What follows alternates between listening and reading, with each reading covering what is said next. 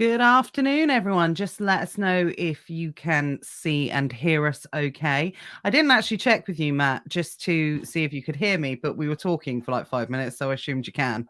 I can hear you, yeah. And you Yeah. can hear me. Yeah, well, we were having a conversation, so it would be silly if we couldn't. I'm sure you would have told me before at that point. So we're just going to give it this. We are outside of our normal time slot, so I'm just going to give it a couple of minutes just for the notifications to kick in. If you are and have joined us, please give us a like or a love. Oh, someone's off to lunch. Everyone's gone out. It's the best thing about lunch. They've all gone out. I'm on my own. Yeah, well, Excuse the mess as well. Yeah, it's a bit of a mess. You've got like one of the tidiest warehouses that I've ever seen. Yeah, so if you are jumping on, just please give us a like, a love, a comment, just say hi, because we are outside of our normal time slot. So shut the door. She's left the door. Left the door open. Off you go. Born in a barn. Oh, Monty's there. Hello, Monty. The dog's here. There we go. The dog's there as well. So yeah, just let us know that you can see us here. It's okay. No one has done so as yet. Nobody's followed the instructions. But yeah, we are outside of people. Yeah, hooray, salut. Here we go. David's joined us. Do you know what? Craig's joined us as well. Good afternoon, Craig. Hi, Johnny. This is all of a sudden everyone's just piled in all at once. Must have been a delay, I think. Yeah, there must have been a bit of a delay. Lindsay's joined us, Stephanie's joined us. And do you know what I love about doing these it was ad hoc today, is mixing it up, doing a lunchtime session every now and again, is you do get a whole different set of people. Yeah. You know, and people that maybe don't get the opportunity to participate live with Never Mind the Buy Box on a Tuesday night ordinarily. So it is good that we do these every now and again. I would like to say that it was planned. It wasn't. I was doing it at 7:00 tonight. But literally, I woke up this morning. Hi, Phil's joined us on YouTube. I woke up this morning and my daughter is not very well again. I feel like at the moment I'm just constantly saying I'm ill, my daughter's ill, someone's ill in our family. And she's a little bit mummified at the moment because she's only little, she's only 5. And, you know, trying to put her to bed at the moment and get her settled at night. And I thought if I do it tonight, then can't get her down till after 8:00, get her settled, get her into her routine. So it is purely selfish reasons tonight, just so I've got an opportunity to, get her calm, get her, in bed and settled nice. And this is the thing. Tom said, loving this time for a live. Yeah, I generally love the lunch times for me because my evening I like to switch off. I like to get home and then that's my time. I like to get in work and then finish and then that's it. It is absolutely. Callum's joined us. John's joined us. Hi, Tom. Hi, Simon.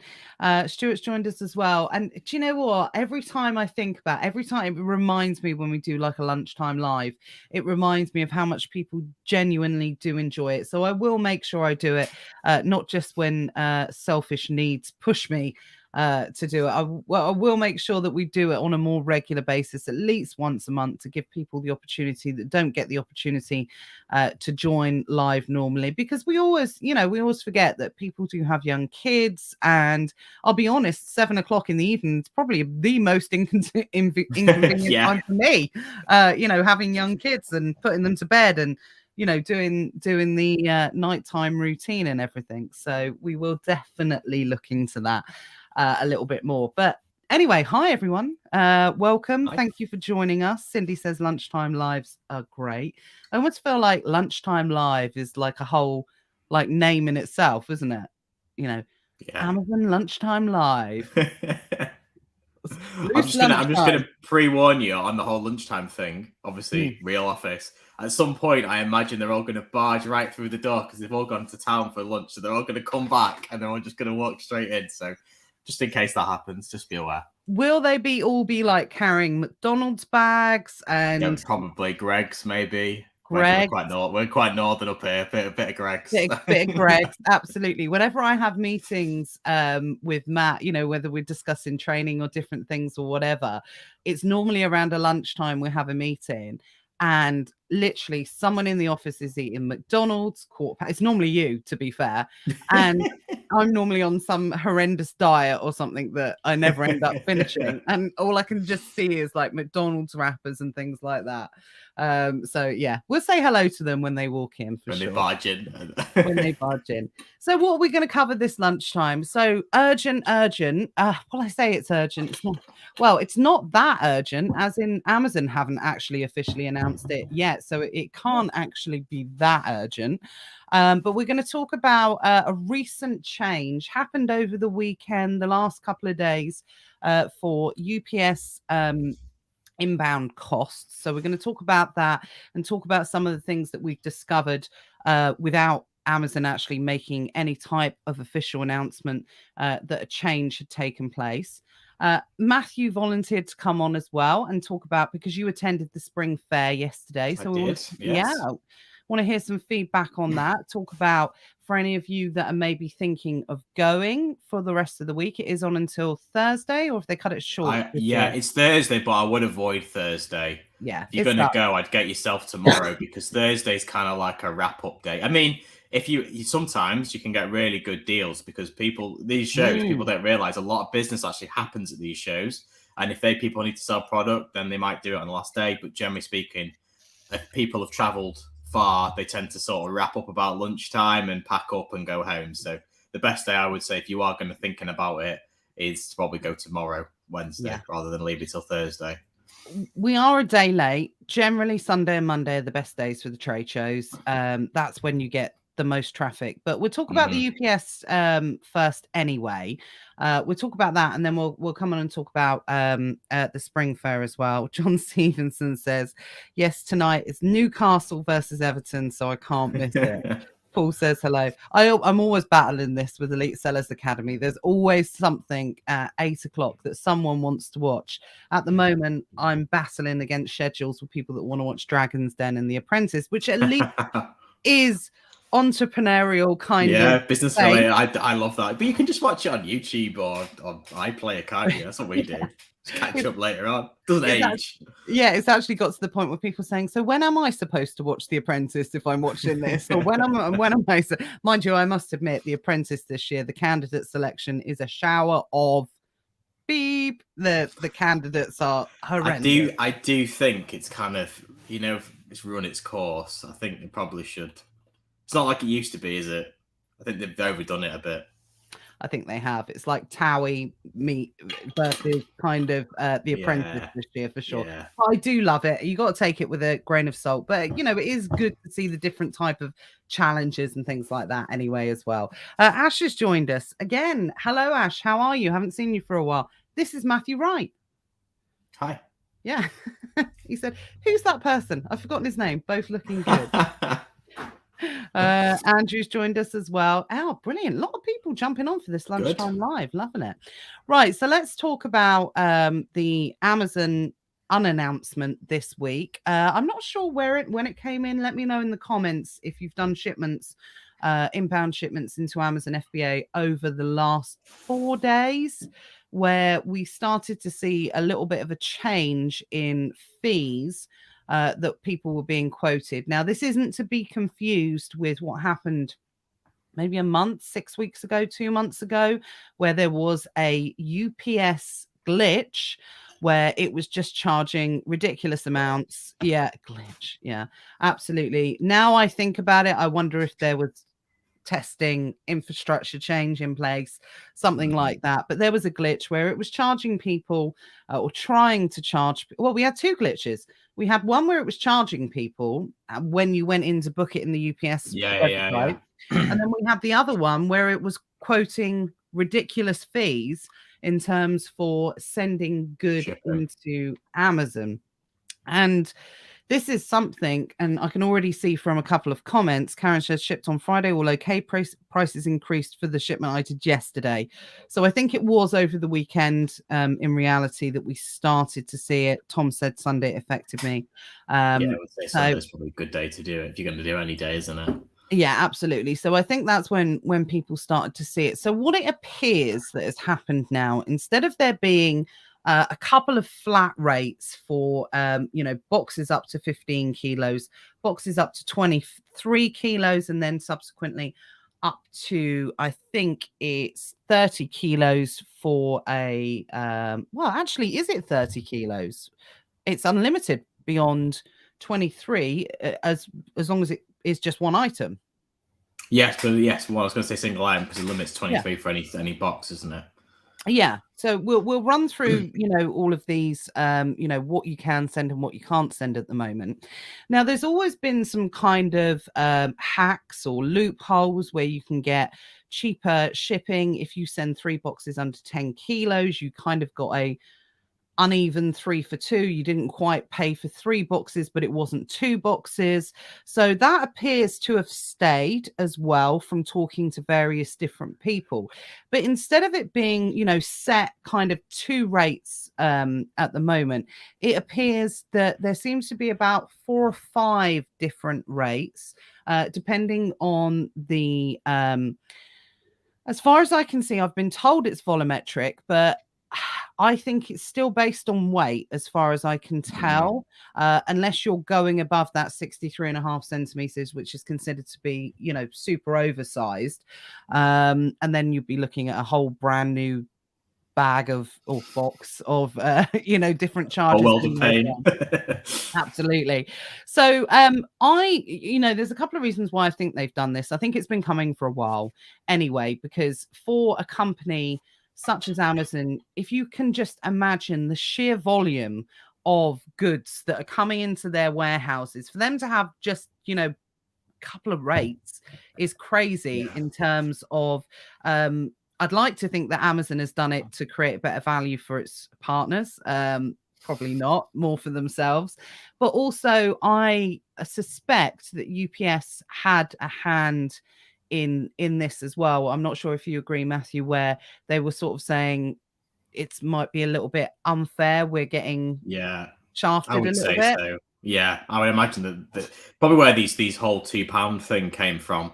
I think a lot of it's like the whole visa thing. I think a lot of intercompany arguments happen, and UPS is probably, to be honest, I don't know if UPS make any money on doing the Amazon thing because the rates are so cheap. Whether they actually make any money, I don't know. And it just helps their overall economies of scale, and that's why they do it.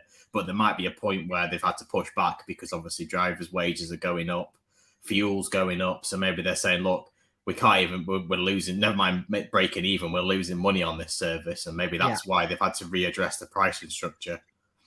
Yeah, there is something afoot here as to why the changes that have made place. Now, I'm going to make it absolutely clear. Again, I don't know if you agree in the comments. Don't know if you agree, Matthew, as well. Even with some of these increases that I'll run through in the moment, I still think it's ridiculously competitive. It's crazy cheap. And it's so cheap. And it's still cheaper than what it was 12 months ago before they brought the initial reduction in, because they reduced UPS inbound charges as well. So I don't want anyone to think that this is like a negative from a negative point of view. I actually think if you are somebody that likes to play with the figures, that likes to really analyze your business where you can maximize profit and margins, that actually with this change in place, that you could be really smart and you could find yourself creating more and more margin.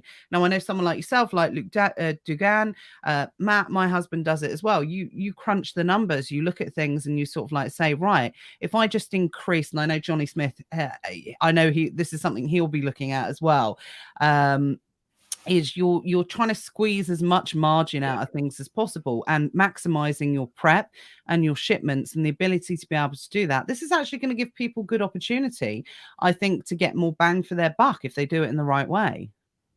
Yeah, 100%.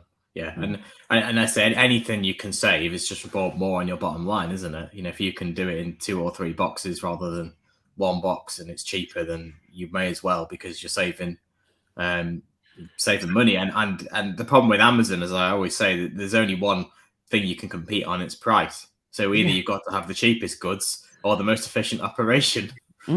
Yeah, absolutely.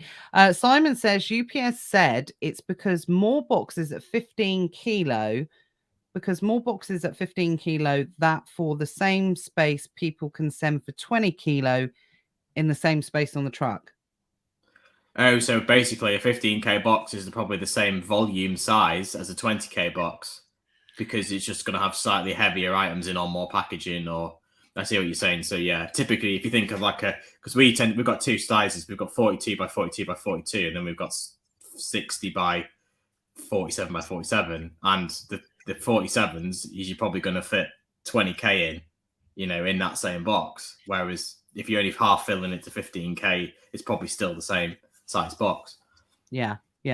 And we will be doing some testing over the next couple of weeks just to check that it's not a true volumetric measurement, which will be done by area and volume or weight, essentially, because as it stands at the moment, the only price changes I've been made aware of look like they are impacted by weight and not by size. But the more people test this, the more we test it ourselves, the more people look into it, the more we'll discover about it. So trial and error is Amazon at its absolute best, and they've still not made any type of announcement about this as well. So this is what I've been through speaking to various people and having a look ourselves. There appears to be sort of 5 4 or 5 price brackets, and excuse me, sorry. I told you my voice is really bad this week. So, excuse me. Boxes up to 10 kilos appear to be around the 338 mark. And the 3-4 sort of 2 still seems to apply. Someone in, I think, ESA post said yesterday that they had 3 below 10 kilo, and it came in at around £8 something. So it's just under that 3 for 2 mark. I mean, it's crazy, 30 kilos to send it in for, for 8 quid. It's mad, isn't it? It's ridiculous. No one can moan about those sort of prices as far as I'm concerned. But then we appear to have this kind of new bracket that's come into place, which is boxes up to, and this is the contentious. Everyone's coming in. I told you everyone's right back. Yeah. Got their Gregs. Boxes up to, I've heard 2 figures thrown around, 13 kilos and 14 kilos. So presumably this is above 10 and between 13 and 14, around £3.74. So we're talking about 30 or p difference, something like that. So 15 kilos now doesn't appear to be the top end for a price change. It appears to be 14 kilos. And then anything that are from either 13 kilos to 20 kilos or possibly 14 to 20 kilos is 446. And anything above 20 kilos to 25 kilos is around the 540 mark, something like that. But of course, you said boxes 25 up to 25 kilos, but I've checked the Amazon terms of service today. And it is still stating the maximum capacity for mixed item boxes is 23 kilos. Yeah. So, but yet the pricing's up to 25. So unless it's to do with single items, maybe. I don't know. Well, I mean, but it's at 23 is most definitely. I've checked in. I've gone and had a look. So 23 is definite, because I know this was asked in the group yesterday. So can we send up to 25 kilos now? As multiple items in a box, Amazon terms of service still state as 23. Now, of course, I know that there will always be people watching that will watch the replay, will say, well, I sent up to 25 and I've had no issues and I've done this. Just because you can doesn't mean you should. Do it at your own, I'm always going to advise following Amazon terms of service. I'm never going to say kind of, oh yeah, see what you can get away with. Amazon to this day have never really, they might block you from making shipments, and you might have to admit you get a policy shipment violation. You get like a tick against this. Until you acknowledge the problem, you can't resend in shipments, and you can dispute them and things. But Exactly. So you might have things like that occasionally that might come into place. But, you know, years ago, before COVID, we were hearing that Amazon might start charging for these policy violations and this type of thing. So the way that I see it, guys, always live in the light. Always, you know, don't go to the dark side. Do everything within the Amazon terms of service. We really don't need to give Amazon any more kind of No. encouragement. And in fairness to Amazon, I mean, I went to a really interesting thing in London, like at Amazon headquarters, and you know, the guy, basically the UK head of fulfillment was there, and he was talking to us. He said, you know, the reason we put these things in place, it's to help us, to help you. You know, if you send boxes that are too big, they jam our conveyor belts, which can then put a conveyor belt offline for like 3 hours, which means your shipments aren't in, and then you're moaning because your stuff isn't being received quick enough. Well, that's because some inconsiderate, pardon the phrase, sent a box in that was too big and it jammed the conveyor belt. And it's the same with black wrap and the same with all these, you know, putting things around them. You know, the reason they do it is so that they can get things in as fast as possible so that your stuff's available for sale. So there's, you know, people who are flouting rules. Yes, you might get away with it, but you're being inconsiderate to others and also potentially damaging your own sales by having stuff not going in as quickly as it should do. Yeah, absolutely. And you also have like less, again, over the last couple of years, Amazon have been hugely difficult to deal with on reimbursements, lost shipments, things like that.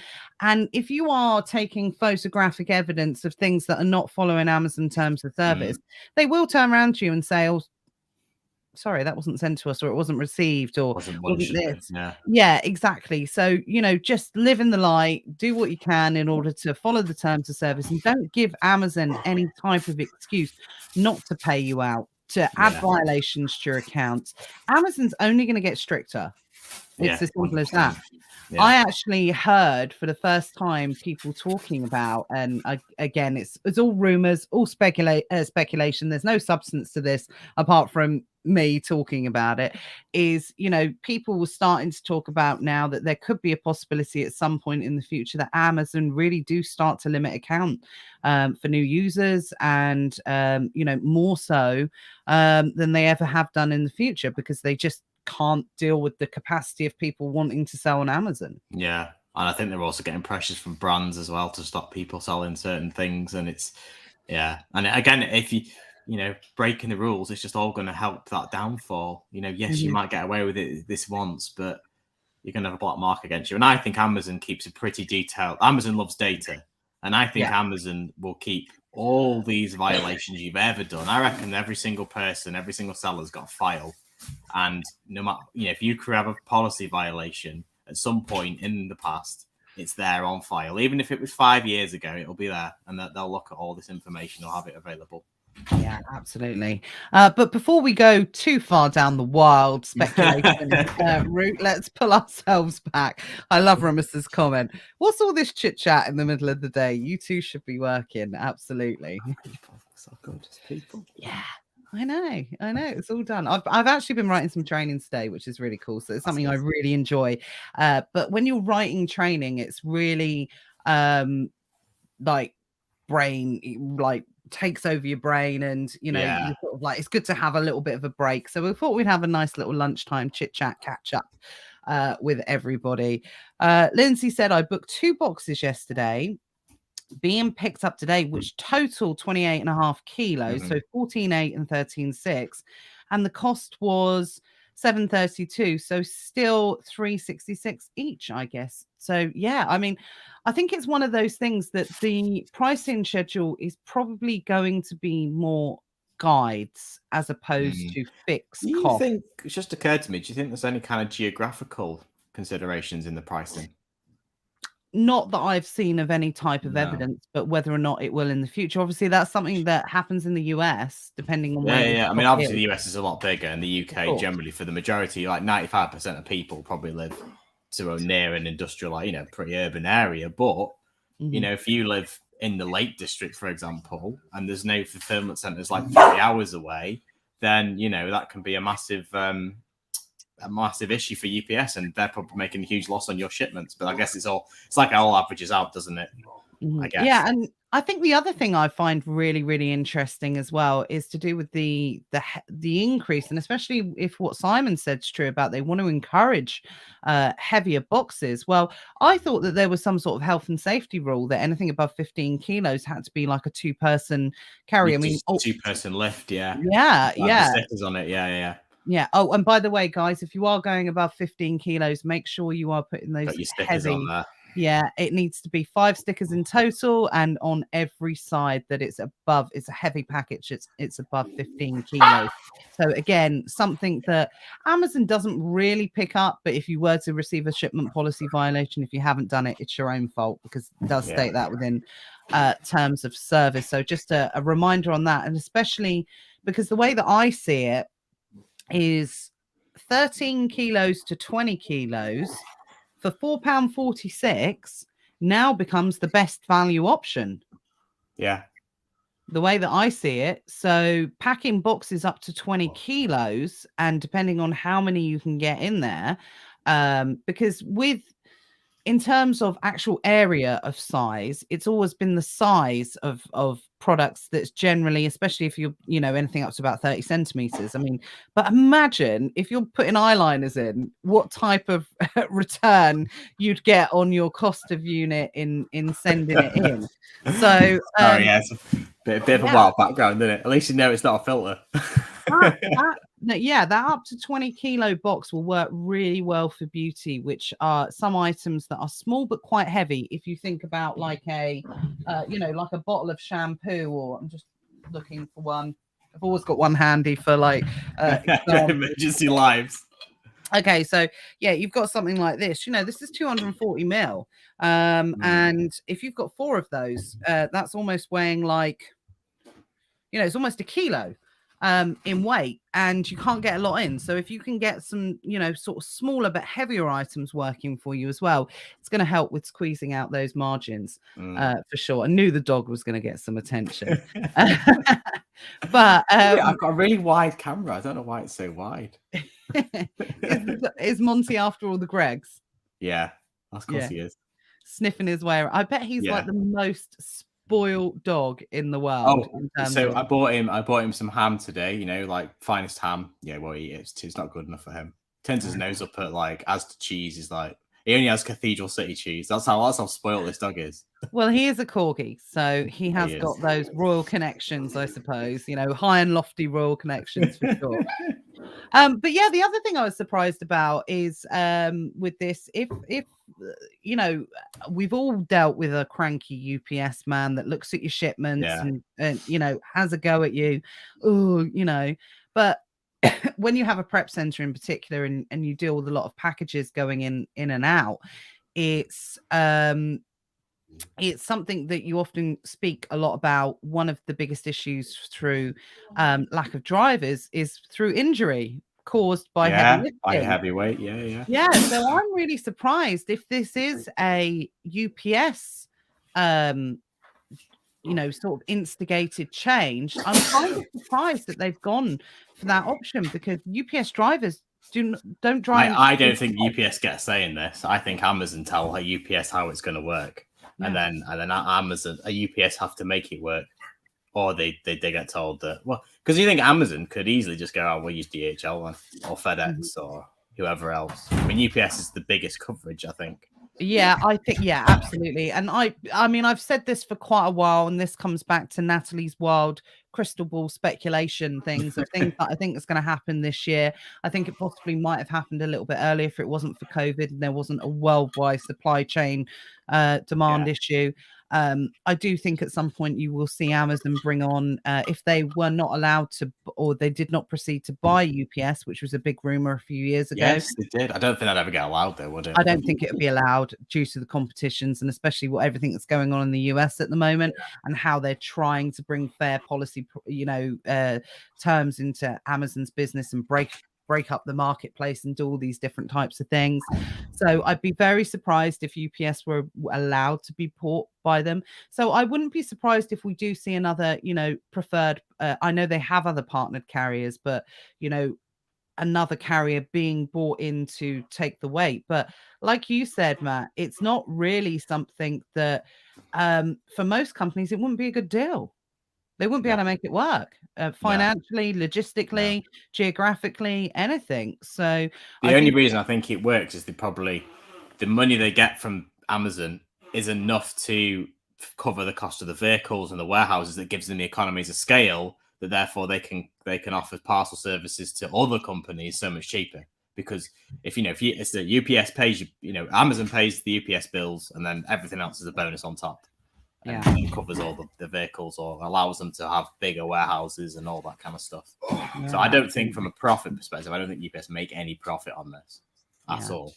No, they can't do, especially paying out for all of their liability claims for slip discs and God knows what all of the other drivers broken wrists and all the rest of it. Yeah, absolutely. Andrew said I live in the Rugeley. Rugeley, it's in Staffordshire. Rugeley, there we go. Yeah, you know me. Anything north of London. Yeah, it's north of Watford. So you wouldn't know it. Don't know where it is. And I have a centre 5 minutes away. It's a big one there. Yeah, and it was owned years ago. I've never sent a parcel there. Normally goes to Dunfermline. Yeah, it's always the way. Mad, isn't it? Mad. Yeah, crazy. Steve says UPS standard to business Joe Public is up to 70 kilos for $11.99. That's crazy. Yeah, that's really surprising. Really cheap. One thing I find though with UPS is, particularly with these parcel brokers, is they quote you really, really cheap and they make you fill your details in, and then you go to the page and then it goes, "Oh, sorry, your parcel is oversized for our standard service. It's now $29.99." That's what I find they do all the time. So they might quote you $11.99, but when you actually try and book the service, they often go, "Oh, it's too big or it's too heavy." And we've recalculated it, and it's now 6 times the price. Yeah, I think that's the way of the world, unfortunately. Tom says our UPS guy will only collect after 3 because they literally just drive around the industrial estate collecting FBA boxes. And sadly, I am at the end of the route. Do you find yourself in a position where they refuse a lot of your boxes? And that's something, unfortunately, just geographical. No space. It's not something we've had an issue with, but yeah, I could see it being an issue because we don't plan ahead. If we've got a big shipment, we just go, I've got 11, 25 boxes today. But it's never happened. But yeah, UPS could turn around and go, "Sorry, we're full. We've not got the space." I always find it tends to impact more on people that maybe prep from home, that it's a residential address. Well, actually, that can be a good thing because it's a residential address. Sometimes they collect a little bit earlier, especially if they're delivering as well. So, our guys years ago when we used to prep at home would always do that. At Christmas, it's a nightmare. Absolutely. But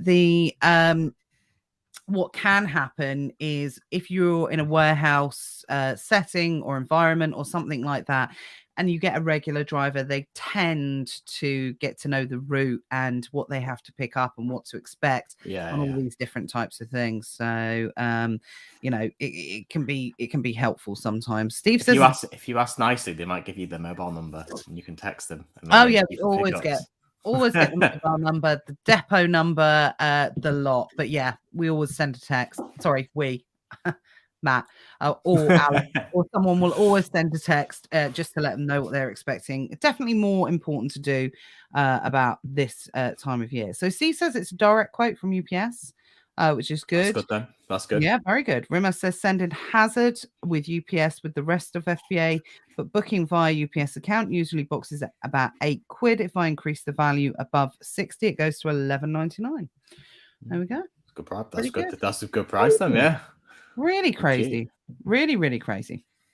Right. Well, let's. I think we have talked. Let's box up that conversation. Yeah. I think we're a bit UPS now. But yeah, just final thoughts on that, guys.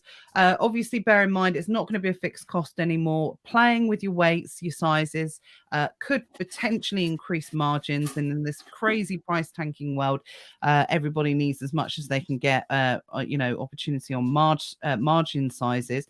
So just keep an eye on things. And have a bit of a play around with it. See what works out financially the best option for you.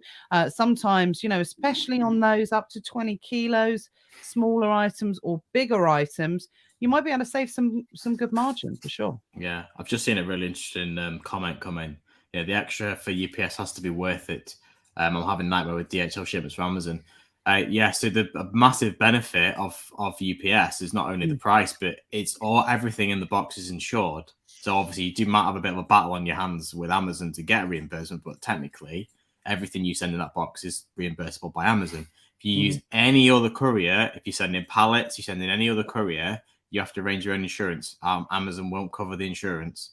So it's a huge benefit of using the UPS system. Yeah, absolutely. And, we do moan about them, but like I say, that the pricing's just, it blows my mind a little bit, actually, that you can send 150 kilos worth of goods for literally 40, 50 quid. Yeah, cheaper than a pallet. You couldn't send a pallet for that. Yeah, absolutely. No way. No, definitely. And especially if you're sending small and light items, not small and light program, but small and light, anyway, even if they're above 9 quid. Please don't forget about that kind of 3 for 2 under the 3 boxes under 3 kilos, because again, just squeezes that margin out wherever you can. Rumor says, love stacking over 150 items in a 15 kilo box for 4 quid. It is. We should have a challenge. Who can get... we might do that in the group one day. I'll put a post up and see who can get the best possible inbound unit price, for your items. I mean, obviously nobody can go lower than a penny. Or maybe you can. I don't know. It wouldn't work on Buybot Pro. I don't think they do. No. Undecimal. It has to be a minimum of a penny. But we've done things like that in the past before in the group. Right, so let's talk about Spring Fair. So you went along yesterday. I did. You were representing, and so what did you think? What were your thoughts? You went just for the one day because you live quite locally. Yeah, it's about an hour and 20 for me, so it's not too far. So I just drive down for the day. Now I've been a few times. I think I've been 4 or 5 times a few years ago. So over the past few years, I didn't go 2020 or 20. It wasn't on in 2021. It was on. Although I did go in 2020 actually, because it was in February, so it was before. And that must have been weird because people must have been like, "Oh, what's going to happen?" It was totally normal. The February one was totally normal. Yeah, because it was literally like this time. It was before it all got. And then it was kind of like by the end of February, everyone was getting a bit worried, and then March, obviously, the lockdown happened. So the 2021 was pretty normal. But the difference is this year, as I was saying to Natalie before, there's a lot less foreign companies there. So you normally get a lot of Chinese sellers who are offering products from direct supply to you in the UK. There was a massive absence of those this year. A lot of those people weren't there. There was a lot less international business as well, but there was still a good selection of wholesalers there.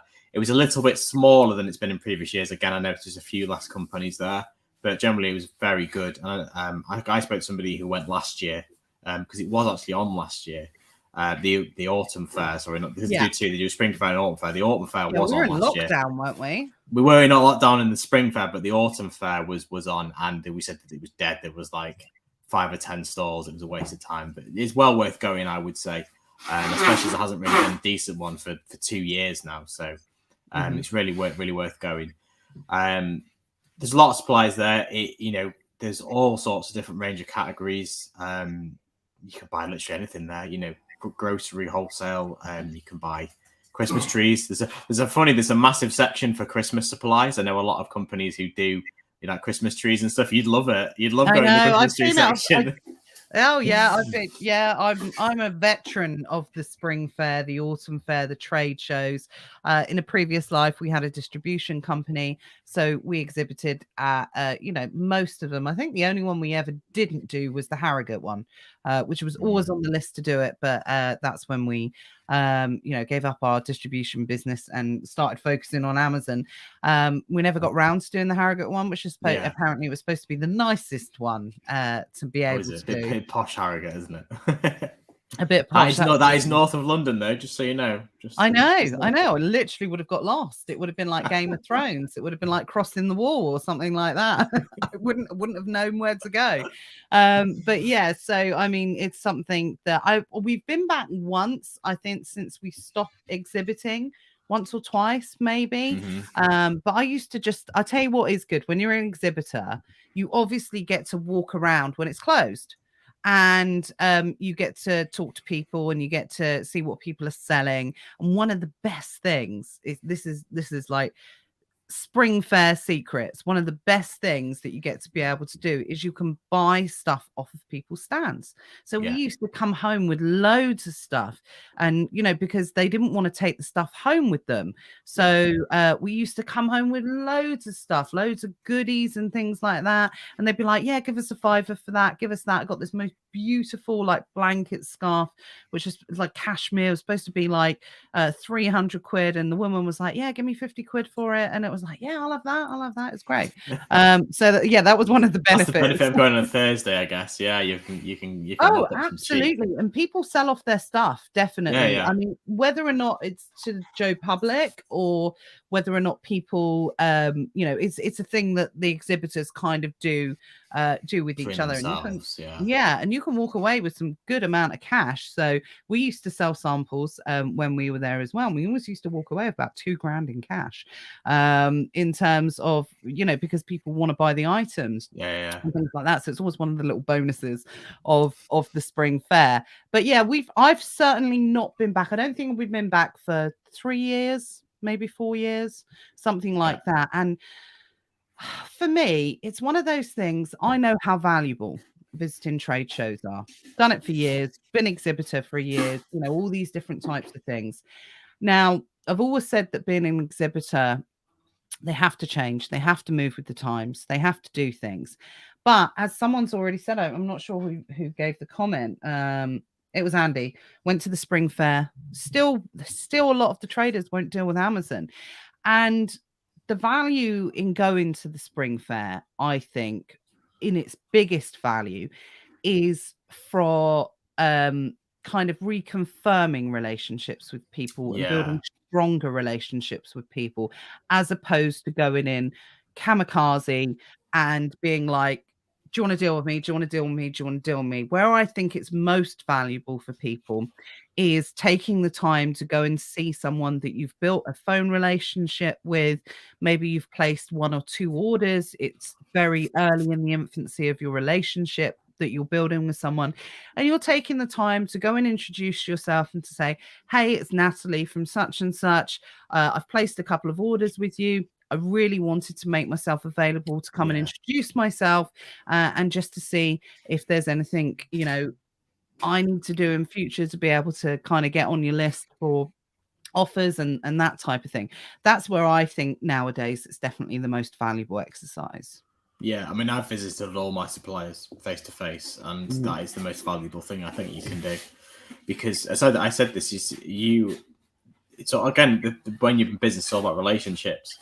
And then it's not about getting people to like you necessarily, but if they've got a good rapport with you and this amazing deal comes up, then and they can only offer it to one person, then you want to be that person. You don't want to be like 5th on the list because all you ever do is, go through the CSVs and then eventually send a few orders and email them and never actually speak to them face to face. It's all about that personal relationship, and that's where you'll end up doing really good business. And then you'll get to a point where you're not asking them for orders, but they're offering you stuff that they're not offering to other people. Yeah, absolutely. And I think the thing is, and Andy, everyone's going to have, this is still, it's always going to be, no matter what, all the tips and tricks and someone walking you around spring fair and doing this and doing that. If you have some traders that have been trading for 30 years in the traditional B2B business environment, they hate Amazon. They don't want to work with Amazon. They want to work with, they're not moving with the times. Whether they'll have a business in 5 years' time is that's a different scenario, but it is their prerogative kind of thing.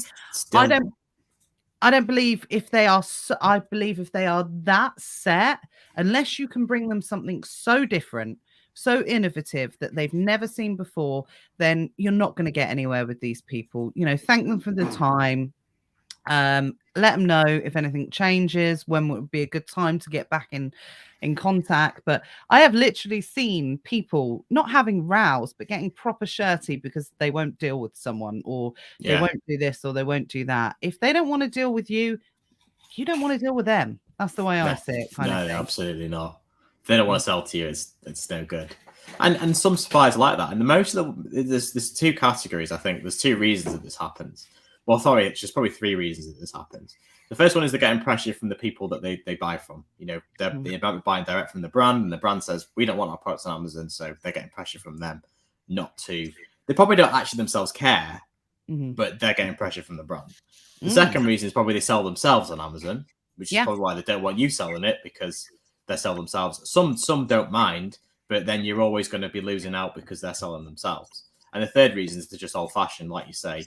They don't like Amazon sellers. They don't like e-commerce. They feel it's because they sell to shops and they see shops closing, so they feel it's your fault that their business is declining. And that's a very old school mentality, very negative mentality. But there is people, say you've been in the game 30 years. They come to the spring fair every year. They sell to all these shops, and all these shops aren't there anymore because they've all closed down.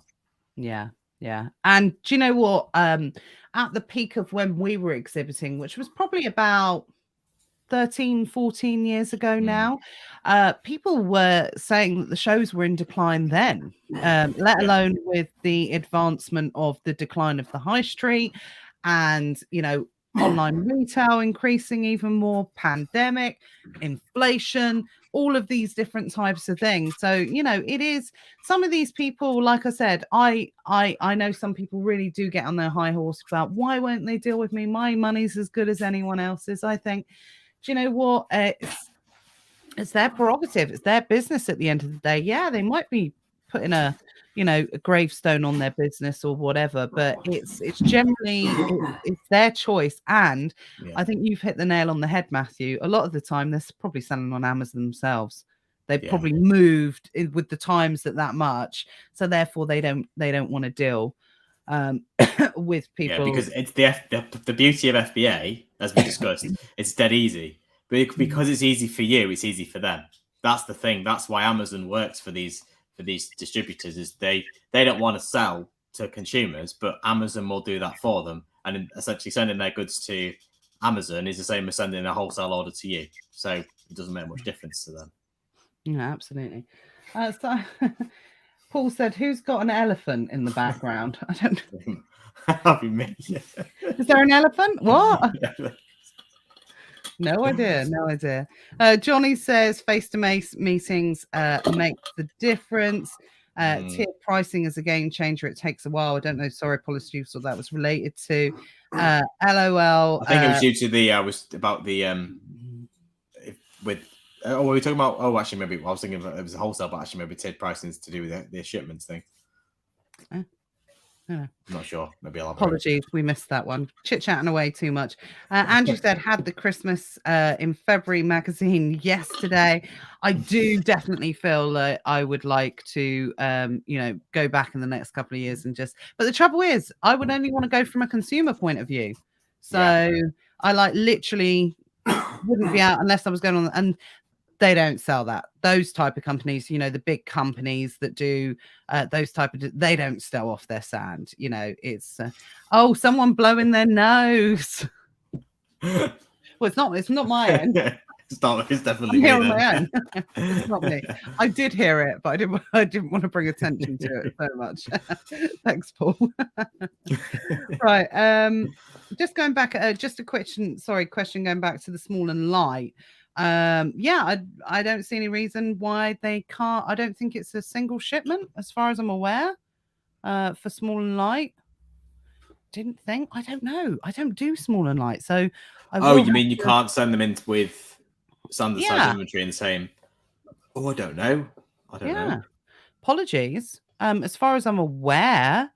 But then you can't mix oversized with standard size, so maybe you can't mix small and light. No. Because maybe again, back to what I was saying about how processes, maybe small and light is dealt with in a different way and therefore has to go to a different place, and hence why maybe it could be in the same shipment, but it certainly probably wouldn't be in the same destination box, because obviously shipments get split down, don't they? Yeah, that's what I thought. There was a change. Don't send anymore. I can add in small light either. So I didn't think it was, because now you have to label. You didn't used to have to label, but now you do have to put an FN SKU on it. So if there's, and it's not like it's hazmat. It's not like it. I mean, it's small and light at the end of the day. The clue's in the name. But you can, with hazmat, has to go to a specific location because it has to be stored in a specific way. Clothing has to go to a specific location because it has to be stored in a specific way. Same for oversized. They need the space to be able to do it. Whereas small and light can just kind of go anywhere. Yeah. So there would be no reason, I think, no logic as to why, unless they've got a small and light warehouse, which is small. Yeah. Smaller warehouse. Small warehouse for small and light goods. Absolutely. Andrew said, I had a product range, wanted to sell for months. It was no. Then one day chatting to a new girl, she said no, but would phone me later that night from home. It was the owner. It turned out I explained that I've been selling years. I'll stick to their pricing, and walked away with an account. Absolutely. And do you know what? There's probably 3 levels of people, I think, at these trade shows. Is you'll have the people that you will never convince. No. Even if you walk to them with 50 grand, and I know this from people in this group actually, and 100%, people have gone to someone, and I won't say their name because I know they're not watching, literally got an account with someone they met at the spring fair, put together like, I think it was a 30 or 40,000 pound order, went through the pecking order with this very big distributor of a particular type of product, went through. Orders like that have to be signed off by the financial director, have to be signed off by the FD. Went all the way up the chain, and they come around and they said, well, who are you selling it to?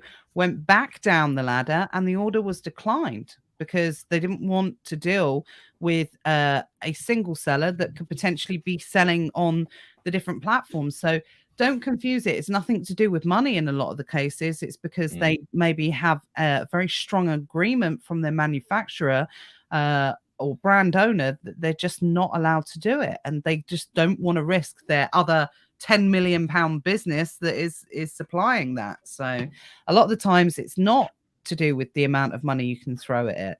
It's to do with what they might be, tied with in terms of their own terms of service and things like that. But yeah, definitely. Yeah. So you're going to have those type of people that just won't want anything. You have the people in the middle where generally, a bit like Andrew said, they'll say no, but perseverance could potentially wear them down. And especially if you go to them with something different, or you go to them and show an interest in their business as well. I think a lot of the time people just want to know, especially like in this scenario that Andrew has said, ended up talking to the owner of the business. If you can find your way to a small to medium business owner, someone that, up to about £5 million turnover or something like that, that is maybe, wants to sell their goods, wants to get their brand out there, that type of thing. And you take a genuine interest in the growth of the business, the direction it's heading in, the business ethos, the business sort of message, that type of thing, then it really can work wonders. And if, people love to talk about themselves and what they've achieved and where they're going, and that sort of thing can work really well. Definitely, for sure. Yeah, that's what I said, face to face, go and meet them for coffee, go to their warehouse, say, can we go for a coffee and a chat and just talk about business? You don't have to do any business, just talk about business. And that's the key to it. Yeah, 100%. And then you'll have the third set of people who will sell to anyone and everyone. And you have to think about, if you got it that easily, it means everyone else can get it that easily. And then you have to be prepared to do something different. So that's when knowing your way around things like bundling can really, really help. Just because me and everyone else can sell on that one, maybe I'm only 1 in 100 that knows how to create bundles, market them in a way, and really take that competitive edge, out of 100 sellers or something. So just because you get it easy, it doesn't mean that you shouldn't necessarily be buying. Because I've heard people give that advice. Oh, if you get an account straight away, they're no good. Well, no. Well, that's very blanket. Yeah, that's not right. But what I think is more accurate is if you get an account that easy, they're probably not the primary distributor. Now, what people don't realize is there's not just one distributor for a brand.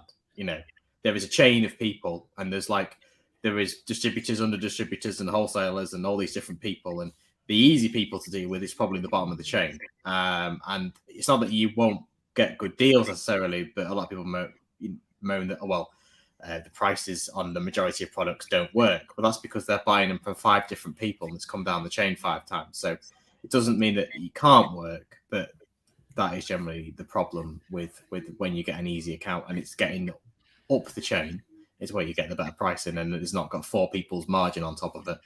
Yeah, absolutely. Ramas makes a really good point, actually. And yeah, we should have said this when we were talking about small and light.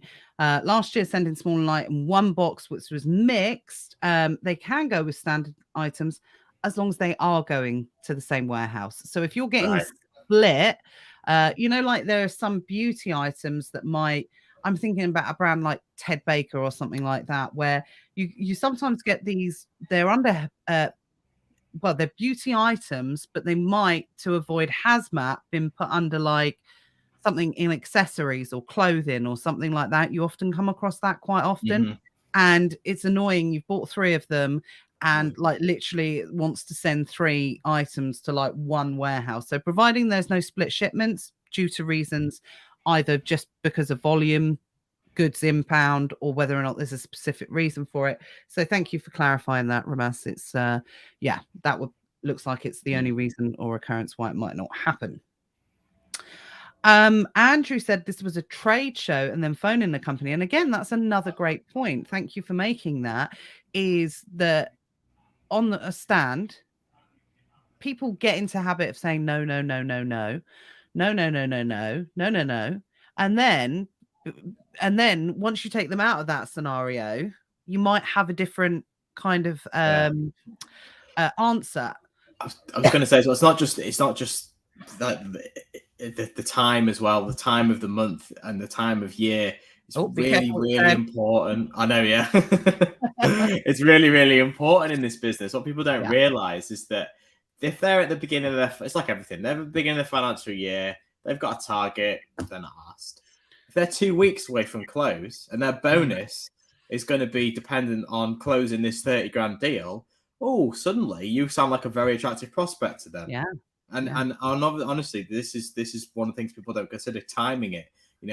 You've got a distributor, go on company's house, top tip, look up the financial year end, approach them a month before. They'll be a lot more receptive to you making offers on their product and also opening an account than they will the first month of the next year.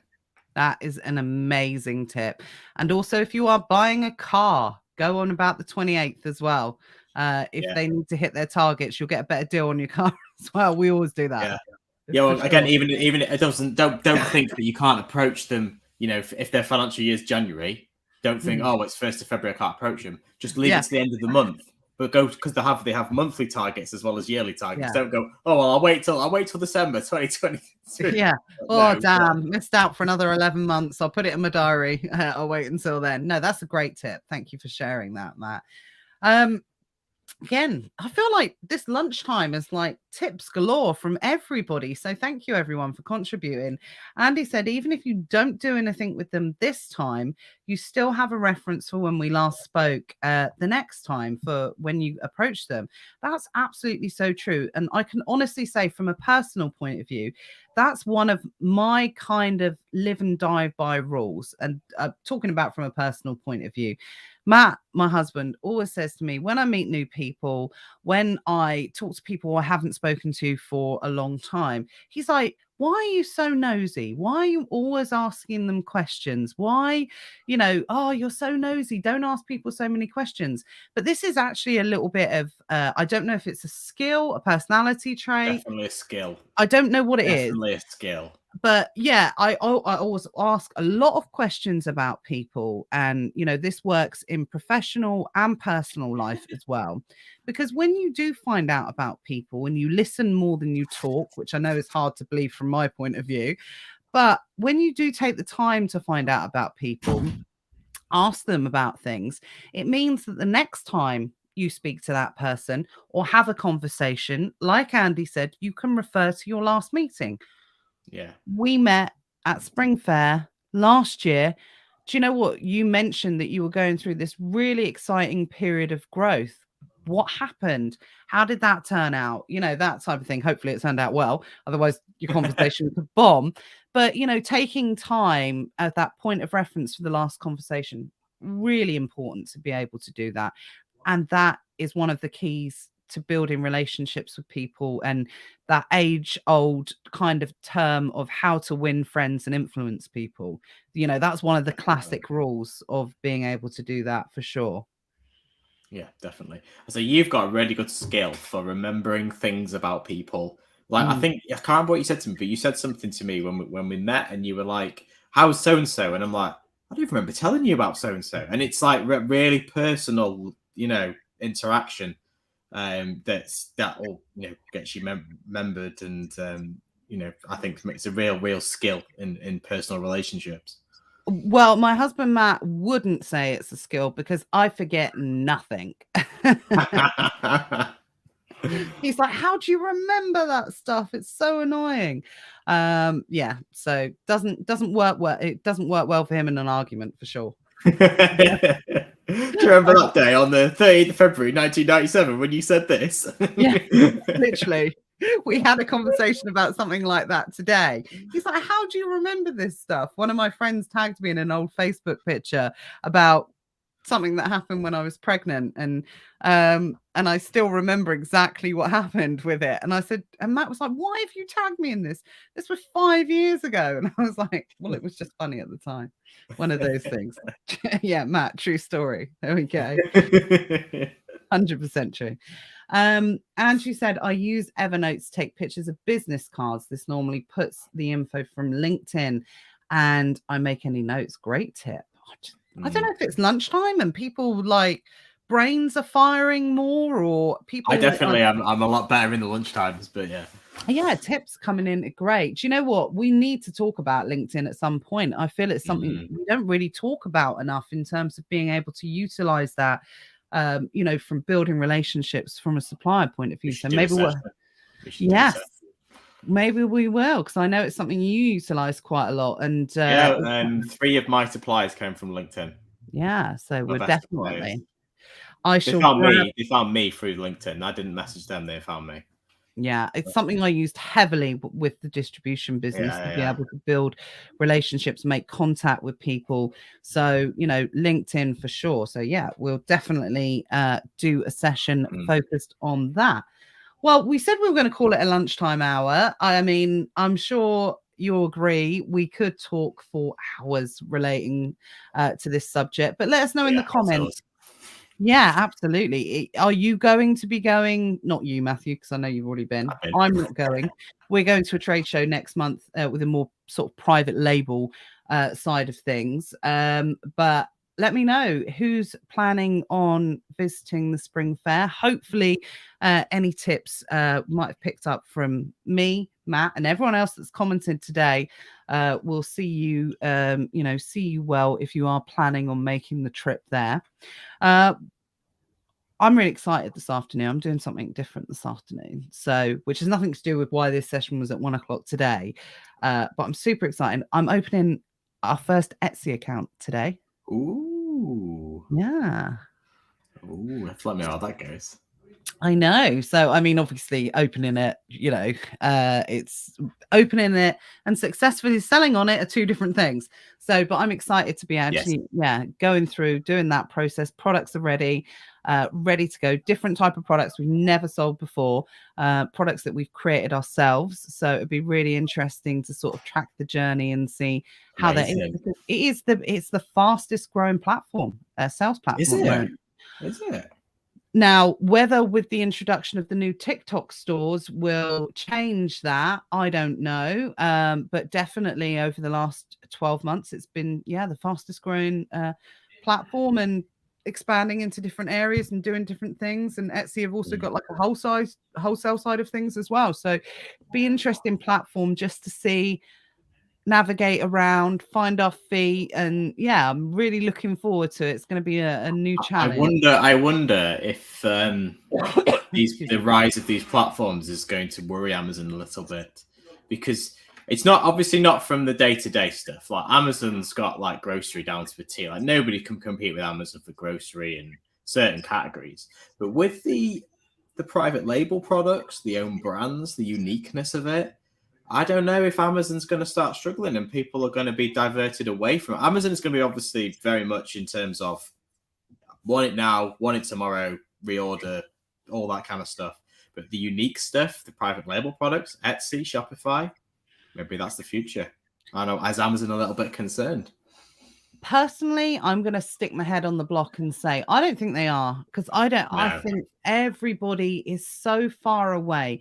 And again, this is predominantly an arbitrage group, and I know that a lot of you are exposed to the private label side of things, but what you can do inside the Amazon platform in terms of brand building, I've not seen on any other platform. It'd be interesting to have a look at Etsy and see how, in terms, we think Amazon a lot of time as being, awkward and difficult in their policies and the way that they do things. But I never forget how innovative Amazon are, and some of the stuff that they're doing on building the brand side of things.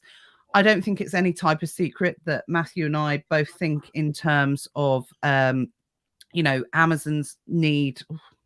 Gone a bit bright there. Amazon's, want for people to be represented by brands is ever growing and strong, and we've talked about it for a couple of years, and we think that it's definite, and I think more and more people are starting to recognize that. We're not saying arbitrage is dead, we're not saying reselling's dead, before anyone says clickbait or what. It's nothing to do with that. It's just about finding different ways to do things and evolving with the changes. I'm going to say the market changes. The market changes.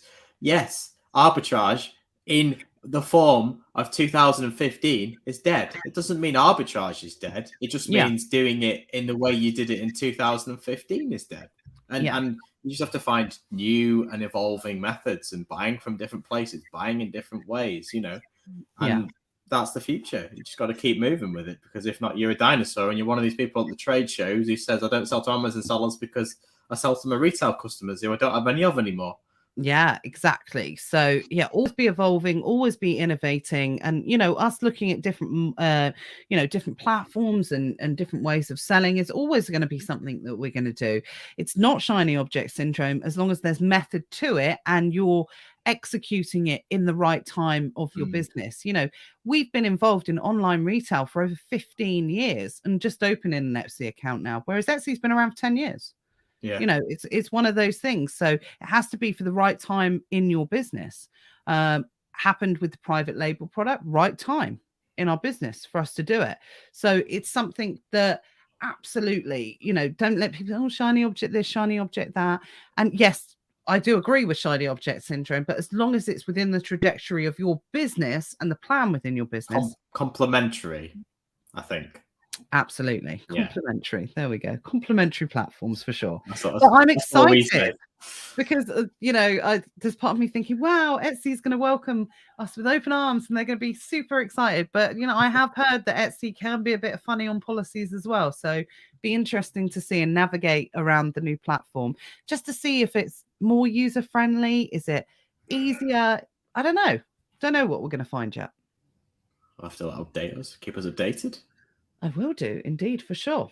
Right. Well, I've literally loved this lunchtime live. I've really enjoyed it. I'm just going to impart one little golden nugget before I thought about do this.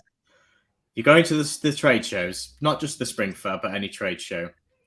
You'll have a couple of different types of supplies. You'll have the big glitzy stands, where they've got sofas and coffee machines and loads of products. But you'll also have the little stands, and the little stands for the little suppliers may often be the best suppliers because they don't have massive overheads, they don't have big warehouses, they don't have huge sales teams. It could be one person operating out of a storage unit, and they could have the best products on the market at the best possible prices. So don't discount the smaller sellers because they've only got a little stand and a little table and some A4 printed out pieces of paper, because they could be the diamond in the rough. Absolutely. So don't judge a book by its cover, for sure. Absolutely. And have conversations with people. The final point I'll add on to that actually as well is, I know, lunchtime live. It's going to turn into this, right? Yeah, exactly. The final thing, which I did actually mean to say earlier, was be respectful of people's times on the stands as well, and utilize your time really well. Unless you are getting 80% of your business from somebody and you are going to continue to get 80% of your business, Go in on the basis of introducing yourself, find out a little bit about the business, leaving a business card, arrange a follow-up call if need be, but tell them, say, look, I know you're really busy. I want to be really respectful of your time. So thank you very much. And I'll be in contact at a later stage. It means you can get around more people. It also means that the person that you're talking to is really, thinking, oh, that's nice. They've been respectful of my time. Because my biggest pet hate when I was an exhibitor at these shows was time sucking vampires that would literally come and kick the tires of your stand for half an hour, and in the meantime 10 people have walked up that I haven't had the opportunity to talk to. And most people are not going to make a deal. Some people do, business is done at the shows, absolutely, but just being respectful of people's time. And me being me, I'd be like, right, I'm definitely not going to supply you. You might have cost me 5 other clients, by speaking to in that period of time. So be respectful of people's time. Make that clear to them, and again, it will only go a long way to building those relationships. Definitely. Cool. Everyone, Karen says, can we do more lunchtime lives? Struggle in the evening. Yeah, I know, absolutely, definitely, we'll look at it for sure. Lindsay said enjoyed the lunchtime slot. Well, I hope everyone's enjoyed it. I've definitely enjoyed it. Thank you, Matthew, for jumping on like literally last minute. You were like, I'll come and talk, and I was like, yay, okay, brilliant. Yeah, really enjoyed it. Andy says, as a stand owner, you need to vet people really fast. Get them off the stand if they're not a buyer competition. Yeah, I became an expert in reading. This is one of the biggest tips I gave when I first joined the Secret Wealth Project for people going to the stand. And everyone, I think, when I spoke about this years ago, was like, one of the things I learned to do really quickly was read people's lanyards and what position they put. If it was like e-retailer, I'd be like, drop shipper, off you go. Or if it was like, I don't know, the Hut Group junior buyer. Now, I am actually interested in junior buyers because they're the ones you want to build a relationship with, because they're the ones that go back to their senior buyer because they've gone out and done all the donkey work. When they'll say, oh, guess what? We saw this amazing brand. I really think we should get them in. And then you can phone that they're going to be way more personable than a senior buyer that has been in the business for a really long time. But at the same time, if you do get a decision maker, it's good to make that contact as well. Yeah, definitely. So if you are attending the shows, put something cool on the stand. Don't put head drop shipper or procurement buyer, junior buyer. Don't put CEO. Don't put managing director. You could be managing director of, you and. It's funny because it sounds funny. You wouldn't. You are probably your CEO. You probably are the director. But if you were a big player, you kind of want to look big in a way, don't you? And if you're a big player, then no big company MD is going to walk around a trade show. That's what they have underlings for, isn't it? Exactly. So, put something that will give you as much opportunity to speak to people as possible. But if you are going, have a safe trip, enjoy it. Let us know how you get on in the Facebook group. I'll see you, I was going to say same time next week. Who knows? Maybe. No, I will see you Tuesday, 7:00. We will return to the normal slot, even if we think about doing this once or twice a month. But I definitely take your feedback of doing more lunchtime lives for sure. So get back to work, everyone.